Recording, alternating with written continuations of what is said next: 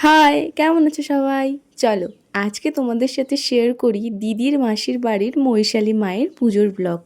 আমি অনেক দিন ব্লগ দিতে পারিনি, তার কারণ আমার এখন কাজের ভীষণ প্রেশার চলছে।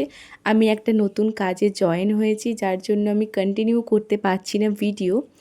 আজ ছিল আমার দিদির মাসির বাড়িতে মহিষালী মায়ের পুজো। প্রতি বছর এই পুজোটা মাসিমণি করে থাকে, আর আমরা সবাই সেখানে ইনভাইটেড থাকি।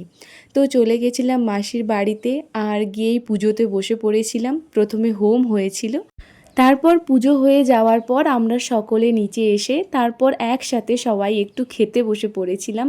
অনেক দিন পর আমাদের সকলের সাথে একসাথে দেখা হয়েছে, তাই জমিয়ে আমরা গল্প করছিলাম। আর তারপর আমরা সকলে আবার রেডি হয়ে পড়ি এবং তারপর আমরা চলে গেছিলাম যেখানে খাওয়ানো হচ্ছিল, দুপুরের খাওয়ানো হচ্ছিল। সেটা ছিল তমলুকের আনন্দ মহল, যেটা অনেকেই চেনে। চলো, তো ভোগ প্রসাদে কী কী ছিল তোমাদের সাথে শেয়ার করি।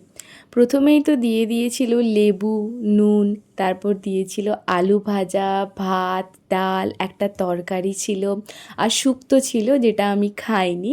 আর তারপর মাছ ছিল, তারপর চাটনি, পাঁপড়, মিষ্টি, পায়েস এবং মুখসিদ্ধি ছিল।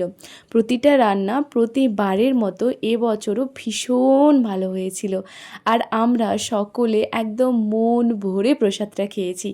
তারপর খাওয়া দাওয়া কমপ্লিট করে আমরা ওখান থেকে চলে আসি আবার মাসিমণিদের বাড়িতে।